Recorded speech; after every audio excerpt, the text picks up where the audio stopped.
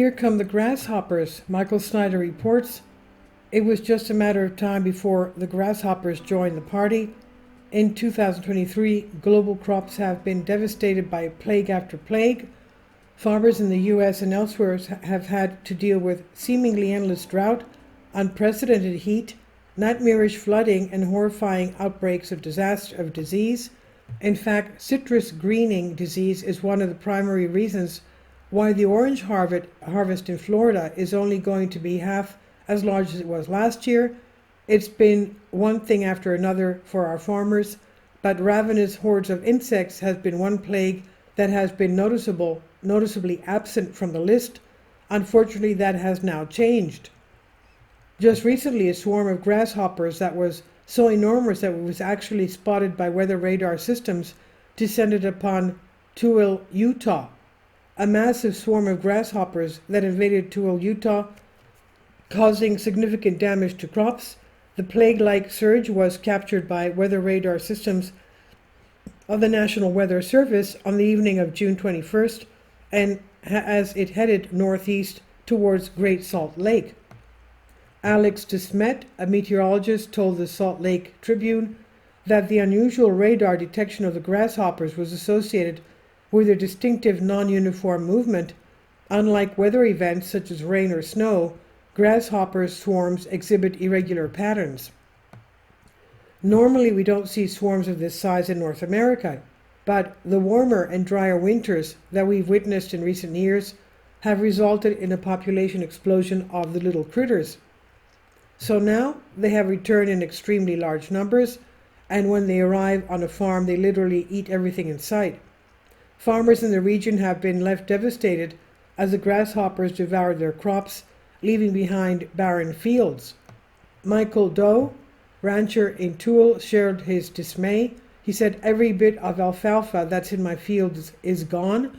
It was bare dirt within a matter of hours," he said. Reports of insect-related troubles have been emerging from the area over the past few weeks. This is really bad news because we definitely need good harvests this year. The global food crisis just continues to get even worse. As I discussed yesterday, the United Nations is telling us that 2.4 billion people do not have enough food to eat right now. So what will happen if global food supplies get a lot tighter than they are now? On Monday, Russia decided to suspend the grain export deal that it had with Ukraine. Russia had announced on Monday that it was suspending a crucial deal that allows grain to be exported from Ukraine to countries in Africa and the Middle East. The grain deal has halted, Kremlin spokesman Dmitry Peskov said of the Black Sea Grain Initiative. As soon as the Russian part of the deal is fulfilled, the Russian side will resume the fulfillment of this deal without delay, he said.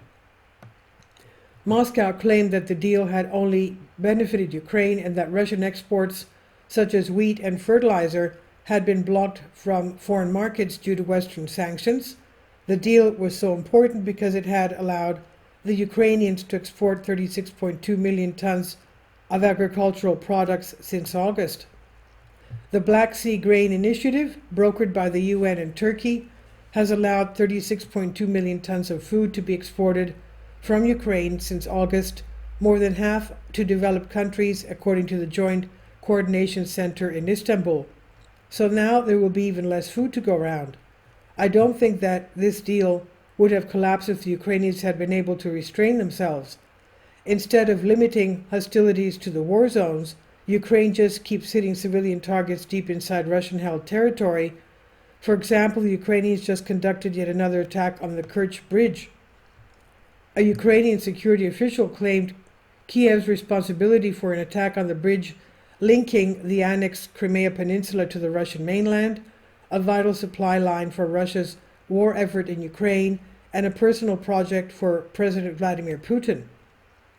The nearly 12-mile crossing, also known as the Kerch Bridge, is the longest in Europe and holds huge strategic and symbolic importance for Moscow. Monday's attack on the bridge was the second since Russia launched its invasion of Ukraine after a fuel tanker exploded while crossing it back last October. A source in Ukraine's security service, SBU, told CNN this attack was a joint operation of the SBU and Ukraine's naval forces.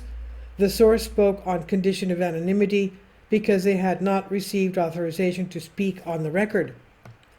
It is a war, and so the Ukrainians are free to do this, but the Ukrainians should not expect that the Russians will just stand by and allow them to export their grain through the Black Sea if civilian infrastructure is being targeted. Hitting civilian infrastructure is not going to help Ukraine win the war, but it does greatly upset the Russians, and now Ukraine cannot export grain through the Black Sea any longer. Global food prices have risen to crazy levels, and they will soon go even higher. In the UK, one consumer group says that prices on some food items have already increased by up to 175% since 2021.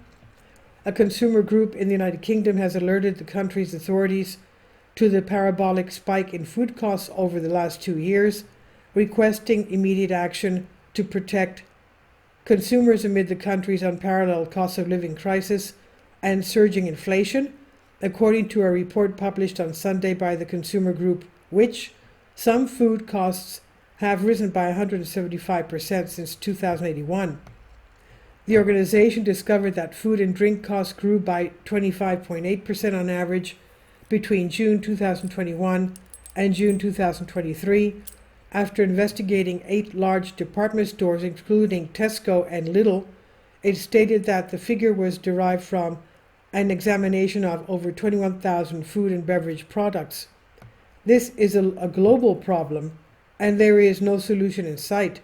In fact, I have extensively detailed global famine is on the way no matter what our leaders do now, and most people do not want to hear such things.